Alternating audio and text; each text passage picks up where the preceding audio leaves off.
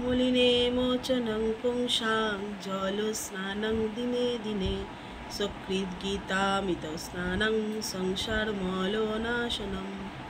প্রতিদিন জলে স্নান করে মানুষ নিজেকে পরিচ্ছন্ন করতে পারে, কিন্তু কেউ যদি ভগবদ্গীতার গঙ্গা জলে একটিবারও স্নান করে তাহলে তার জড়জীবনের মলিনতা একেবারেই বিনষ্ট হয়ে যায়।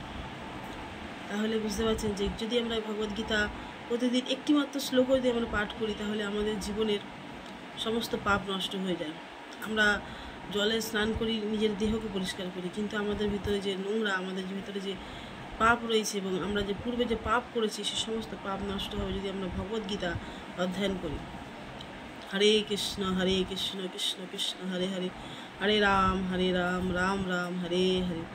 ওং নমো ভগবতে বাসুদেবায়, ওং নমো ভগবতে বাসুদেবায়, ওং নমো ভগবতে বাসুদেবায়। শ্রীমদ্ ভগবদ্গীতা যথাযথ প্রথম অধ্যায় বিষাদ যোগ, শ্লোক সংখ্যা 41। শঙ্কর নরকায়ৈব কুলো ঘ্রাণং কুলোস্য চ পতন্তি পিতরো হেষাং লুপ্ত পিণ্ডোদকপিয়া। এই শ্লোকের অনুবাদ: বর্ণসংকর উৎপাদন বৃদ্ধি হলে কুল ও কুলঘাতকেরা নরকগামী হয়। সেই কুলে পিণ্ডদান ও তর্পণ ক্রিয়ার লোপ পাওয়ার ফলে তাদের পিতৃপুরুষেরাও নরকে অধঃপতিত হয়। অর্জুন এখানে বলছেন যে এই যে যুদ্ধে যত প্রবীণ যারা আছে প্রজারা এবং তাদের আত্মীয় স্বজনেরা, তারা যখন আত্মঘাতী হবে অর্থাৎ মৃত্যু হবে, তাদের স্ত্রীরা মানে খারাপ অর্থাৎ অধঃপতিত হওয়ার সম্ভাবনা থেকে যাবে। কারণ নারীদেরকে শিক্ষা দেওয়া হয় এবং বিভিন্ন কাজে তাদেরকে ব্যস্ত রাখা উচিত, কারণ তাদের মন হচ্ছে বাচ্চাদের শিশুদের মতো। তাই তাদেরকে বিভিন্ন ভগবানের সেবায় যুক্ত রাখা উচিত এবং বিশেষভাবে তাদেরকে দেখাশোনা করা উচিত। তো যখন তাদের স্বামীরা থাকবে না, তাদেরকেই দেখাশোনা কে করবে এবং তার ফলে তারা অধঃপতিত হওয়ার সম্ভাবনা থাকবে। এবং এর ফলে কি হবে, তারা যে সন্তান উৎপন্ন করবে সেগুলো বর্ণসংকর সন্তান হবে এবং সেই সন্তানকে দিয়ে তারা তাদের পিতৃপুরুষের শ্রাদ্ধ পিণ্ডদান এগুলো কী করে সমাপ্ত করবে।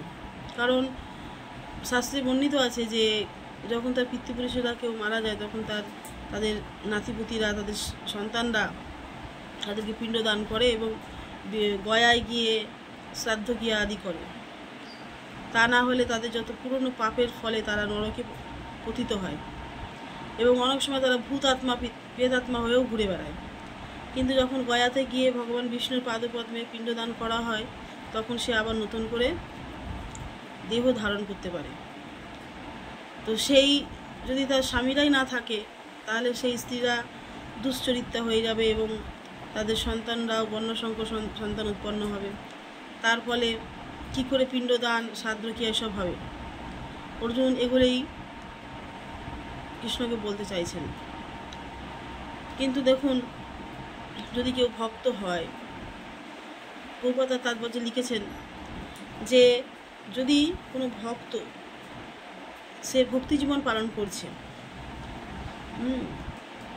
এবং মুকুন্দের চরণে কমলে শরণ নিয়েছে, তার এই পিতৃপুরুষের কোনো কর্তব্য থাকে না। পরমেশ্বর ভগবানের সেবা করার ফলে এই ধরনের কর্তব্যগুলি আপনা থেকেই সম্পাদিত হয়ে যায়। অর্থাৎ যদি কেউ শুদ্ধ ভক্তি করে তাহলে সেই জাতির, সেই বংশের একজন যদি বৈষ্ণব হয় তাহলে সেই বংশের 21 পিঢ়ি অবধি তারা উদ্ধার হয়ে যাবে, অর্থাৎ নরকে গমন করতে হবে না। তো ভক্তি জীবনটি হচ্ছে এতটাই গুরুত্বপূর্ণ। তাই সকলে আসুন আমরা ভগবান শ্রীকৃষ্ণের পাদপদ্মে শরণ গ্রহণ করি, তাকে স্মরণ করি এবং নিজেকে এবং নিজের বংশকে উদ্ধার করার চেষ্টা করি। হরে কৃষ্ণ কৃষ্ণ কৃষ্ণ হরে হরে, হরে রাম রাম রাম হরে হরে। জয় শ্রীকৃষ্ণচন্দ্র ভগবান কি জয়। জয় ভগবদ্গীতা যথাযথ কি জয়। জয় জগৎগুরু শ্রী প্রভুপাদ কি জয়। নিতাই গৌর প্রেমানন্দে হরি হরি বল।